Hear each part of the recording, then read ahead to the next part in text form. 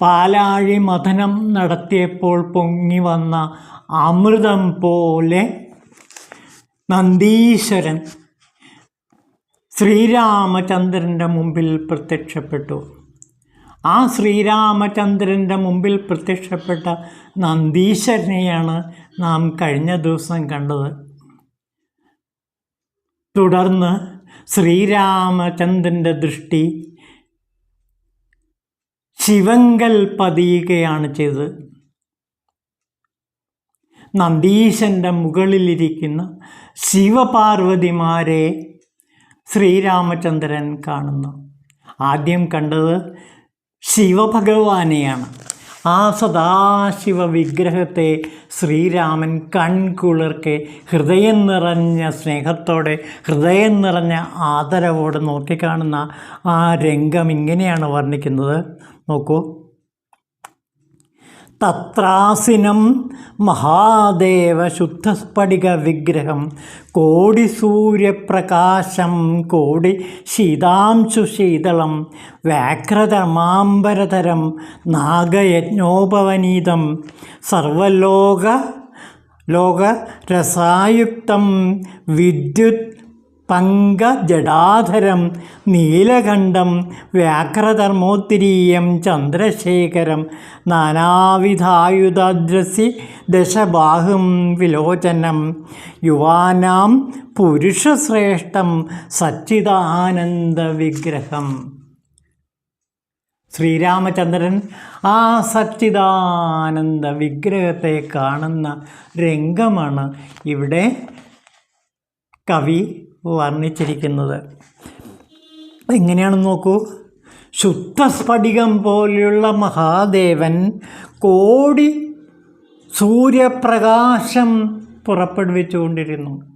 അപ്പോൾ കോടി സൂര്യപ്രകാശത്തോടെ പ്രശോഭിക്കുന്ന മഹാദേവൻ, അതേപോലെ കോടി ശീതാംശു ശീതളം, കോടി ചന്ദ്രന്മാരുടെ ശീതാംശു പോലെ, ചന്ദ്രകിരണങ്ങൾ പോലെ, ആ തൂനിലാവ് പോലെ അവിടെയെല്ലാം പരത്തിക്കൊണ്ട് ശിവൻ പ്രശോഭിച്ചു.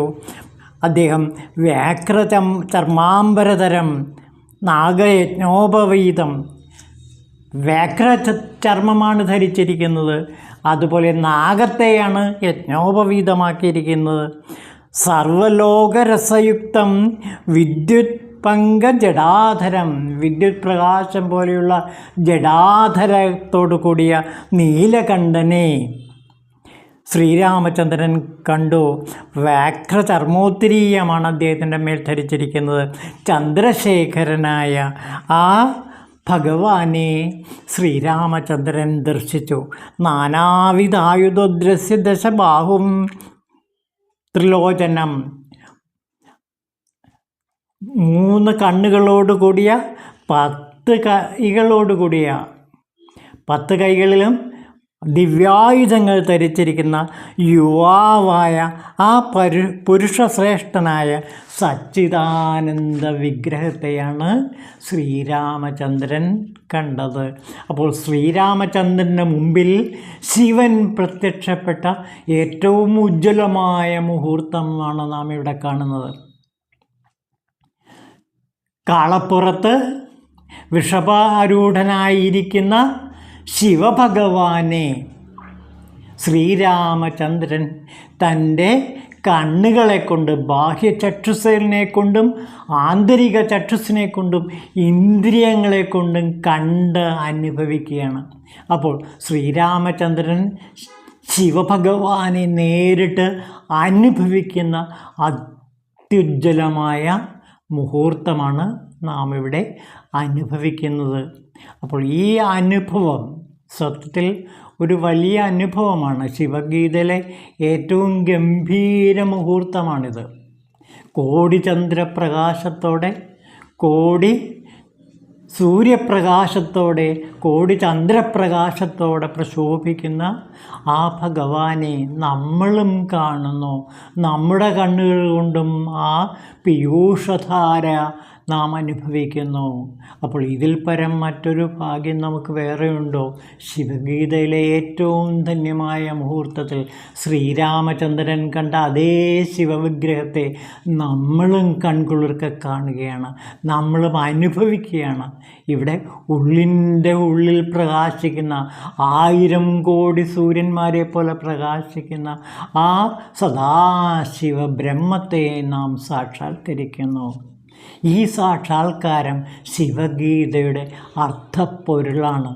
അതിൻ്റെ പീയൂഷധാര നമ്മിലേക്ക് പൊഴിയുകയാണ്. പാലാഴി മഥനം നടത്തിയപ്പോൾ കിട്ടിയ ആ മഹാപീയൂഷം ഇപ്പോൾ ഇതാ നമ്മുടെ കൈവശം വന്നു ചേർന്നിരിക്കുന്നു. ദേവന്മാർക്ക് മാത്രമല്ല, ഈ കാണുന്ന, ഈ വായിക്കുന്ന, ഈ അനുഭവിക്കുന്ന ഈ സ്വകീയ നിമിഷത്തിൽ നമ്മുടെ ഉള്ളിലേക്ക് ആ പീയൂഷധാര തുള്ളി തുള്ളിയായി കിനിഞ്ഞിറങ്ങി വരുന്ന ആ മഹനീയ മുഹൂർത്തത്തിലൂടെയാണ് നാം കടന്നു പോകുന്നത്. ശിവഗീതയുടെ ഏറ്റവും ഉന്നതമായ തലത്തിൽ ശിവസാക്ഷാത്കാരത്തിലേക്ക് അല്ലയോ ഭഗവാൻ നീ ഞങ്ങളെ നയിച്ചിരിക്കുന്നു. ഈ ഭാഗം അതിഗംഭീരമായി തിരുമൂലർ തിരുമന്ത്രത്തിൻ്റെ അവസാന ഭാഗത്ത് ഈ ശിവദർശനത്തെ വിവരിക്കുന്ന 1-2 പാടലുകളിലേക്ക് കൂടി നമുക്ക് കടന്നു പോകാം. ഇതാ നോക്കൂ. ശിവപെരുമാനിൻ്റെ നാൻ എഴുത്തേത് തവ പെരുമാനിൻ്റെ താൻ വെന്ത് നിൻറാൻ അവ പെരുമാനെന്ന അയാളുടെ നാഥൻ പവപെരുമാനെ പണിந்து നിന്നാൻ താനേ. ശിവപെരുമാനെ എന്ന് ഞാൻ വിളിക്കുമ്പോൾ എങ്ങും നിറഞ്ഞു നിൽക്കുന്ന ഈശ്വരനെ ശിവപെരുമാനെ എന്ന് ഞാൻ വിളിക്കുമ്പോൾ വിളി കേട്ടുകൊണ്ട് അദ്ദേഹം എൻ്റെ മുന്നിലേക്ക് ഓടിയെത്തുന്നു.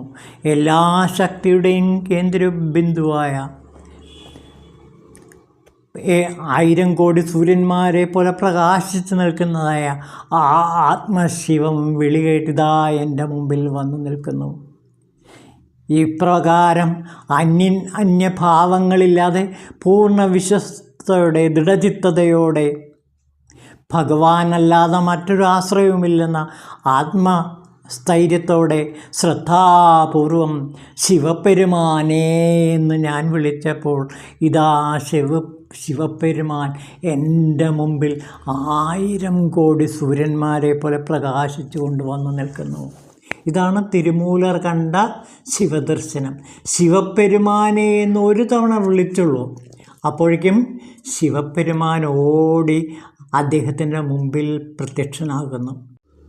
എന്നെഞ്ചം ഈശൻ ഇണയനടിത്താം ചേർത്ത് മുന്നം ചെയ്തു ഏത്ത് മുഴുതും പിറപ്പ് അറും തന്നെഞ്ചമില്ലാ തലൈവൻ തലൈവിധി പിന്നം ചെയ്തു എന്നെ പിണക്ക് അറുത്താനേ. നോക്കൂ, കർമ്മഭക്തി ജ്ഞാന യോഗങ്ങളുടെ ആത്മസാക്ഷാത്കാര മാർഗങ്ങൾ അന്വേഷിച്ച കായമനോബുദ്ധി ധർമ്മങ്ങളെ ഈശ്വരങ്കൽ സമർപ്പിച്ച് ചിത്തം സ്ഥിരതയാർന്ന് ചിന്തകളെ ഭഗവാന്റെ ഇണയടിയിൽ സമർപ്പിച്ച് ഞാൻ ചെയ്ത ഈ മഹാതപസ്സിൽ ഇതാ പൂർണ്ണ ആത്മബോധം എന്നെ തെളിയിച്ചുകൊണ്ട് ഇതാ ഭഗവാൻ എൻ്റെ മുമ്പിൽ വന്നിരിക്കുന്നു. എന്നിട്ടോ ആത്മചൈതന്യം പ്രജ്ഞയായി തെളിഞ്ഞു നിൽക്കുന്നു. എൻ്റെ കർമ്മങ്ങളെയും ജീവഭാവങ്ങളെയും എല്ലാം അറുത്തെറിഞ്ഞുകൊണ്ട് എനിക്ക് ശിവഭഗവാൻ ഇതാ ശിവസായുജ്യം നൽകിയിരിക്കുന്നു. അപ്പോൾ ഇവിടെ തിരുമൂലദേവൻ പറയുകയാണ്, തൻ്റെ കർമ്മപാശങ്ങളെ അത്രയും ശിവൻ അറുത്ത് കളഞ്ഞ് തനിക്ക് ജീവൻ മുക്തി നൽകിയിരിക്കുന്നു എന്നാണ് പറയുന്നത്. തൻ്റെ എല്ലാ വിനകളെയും എല്ലാ കർമ്മവിനകളെയും ഒടുക്കിക്കൊണ്ട് ഇതാ ഭഗവാൻ തനിക്ക് ജീവൻ മുക്തി നൽകി തന്നെ ശിവലോകത്തിലേക്ക് കൂട്ടിക്കൊണ്ടു പോയിരിക്കുന്നു എന്നാണ് ഇവിടെ ഇദ്ദേഹം തിരുമൂലദേവൻ നമ്മളോട് പറയുന്നത്. ഇത് നമുക്കും നൽകുന്ന ഒരു ഉപദേശം കൂടിയാണ്. ശിവഭക്തി കൊണ്ട് ശിവലോകത്തിലേക്ക് എത്തിച്ചേരാൻ നമുക്കും കഴിയും. ഇത് ആർക്കും കഴിയുന്നതാണ്. ഏതൊരു സാധകനും ഈ ശിവലോകപ്രാപ്തി, ഈ ശിവദർശനം ലഭിക്കുന്നതാണ്. ഇത് നമുക്ക് അറിയണമെങ്കിൽ പ്രധാനമായിട്ടും ശതരുദ്രീയം നോക്കിയാൽ ഒരു മന്ത്രത്തിൽ ഈ അനുഭവത്തെ ചിത്രീകരിക്കുന്നുണ്ട്. നമുക്കത് നോക്കാം കേട്ടോ.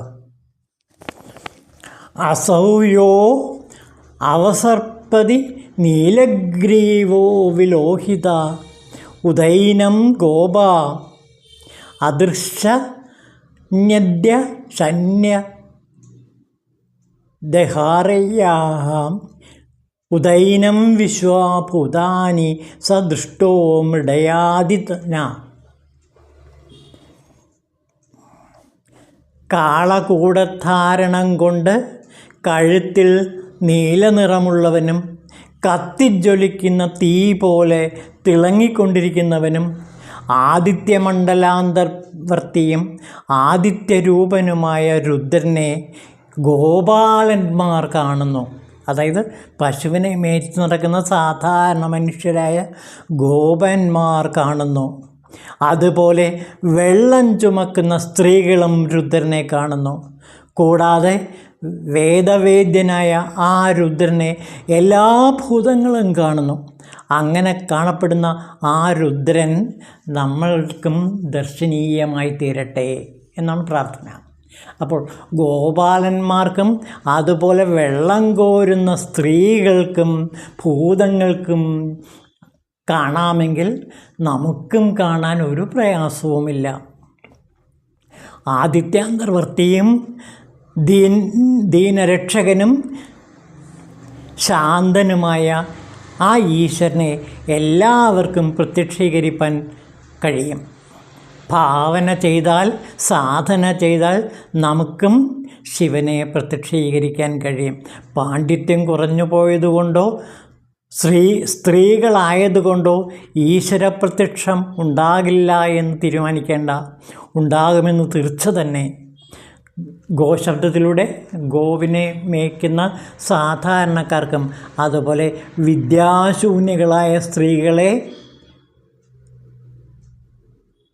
അവരുടെ മുമ്പിൽ ശിവൻ പ്രത്യക്ഷപ്പെടുത്താൻ ഒരു പ്രയാസവും അവർക്കുണ്ടായില്ല എന്ന് പറയുന്നു. അവർക്കും കൂടി പ്രത്യക്ഷീകരിക്കാൻ സാധിക്കുന്ന പക്ഷം നമുക്ക് തീർച്ചയായിട്ടും ശിവഭഗവാനെ പ്രത്യക്ഷീകരിക്കാൻ ഒരു പ്രയാസവുമില്ല. സാധന ചെയ്യുമ്പോൾ നിറഞ്ഞ ഭക്തിയുടെ, നിറഞ്ഞ ആത്മാർത്ഥതയുടെ, സമ്പൂർണ്ണ സമർപ്പണത്തോടെ ശിവഭഗവാനെ ശരണം പ്രാപിച്ചാൽ, ആ ശരണാഗതി അടഞ്ഞാൽ തീർച്ചയായിട്ടും ശിവൻ നമ്മുടെ മുമ്പിൽ പ്രത്യക്ഷപ്പെടുക മാത്രമല്ല, നമ്മുടെ ഉള്ളിൻ്റെ ഉള്ളിൽ, നമ്മുടെ ഹൃദയസിംഹാസനത്തിൽ വിരാജിക്കുകയും ചെയ്യും. അങ്ങനെ ആ ഹൃദയസിംഹാസനത്തിൽ വിരാജിക്കുന്ന ശിവഭഗവാനെ നമുക്ക് പ്രത്യക്ഷീകരിക്കാൻ ഈ ഭാഗം അനുഗ്രഹിക്കട്ടെ എന്ന് പ്രാർത്ഥിച്ചുകൊണ്ട് എല്ലാവർക്കും ശിവദർശനം ലഭിക്കട്ടെ എന്ന് പ്രാർത്ഥിക്കുന്നു. ഈ പ്രാർത്ഥന കൂടുതൽ അറിയാൻ ആഗ്രഹിക്കുന്നവർ ശ്രീനാരായണ ഗുരുവിൻ്റെ സദാശിവദർശനം എന്ന് പറഞ്ഞ 10 ശ്ലോകങ്ങളുള്ള ആ കവിത വായിച്ചാൽ മതി. ശ്രീനാരായണ ഗുരു പ്രത്യക്ഷീകരിച്ച ശിവഭഗവാനെ സദാശിവദർശനം എന്ന കവിതയിൽ നമുക്ക് കാണാൻ കഴിയും. അപ്പോൾ ഈ കാലഘട്ടത്തിൽ ജീവിച്ചിരുന്ന ശ്രീനാരായണ ഗുരുദേവന് ശിവസാക്ഷാത്കാരം കിട്ടി. എന്തിനാണ് സാധാരണ മനുഷ്യരായ പലർക്കും, പല കവികൾക്കും ഈ ശിവദർശനം കിട്ടിയിട്ടുള്ളതായിട്ട് നമുക്ക് അനുഭവപ്പെടും. മഹാകവി ജി ശങ്കരക്കുറുപ്പ് ശിവതാണ്ഡവം എന്നൊരു കവിത എഴുതിയിട്ടുണ്ട്. ആ കവിതയിൽ ഒരു ആദ്യ ഭാഗം തുടങ്ങുന്നത് എങ്ങനെയാണ്?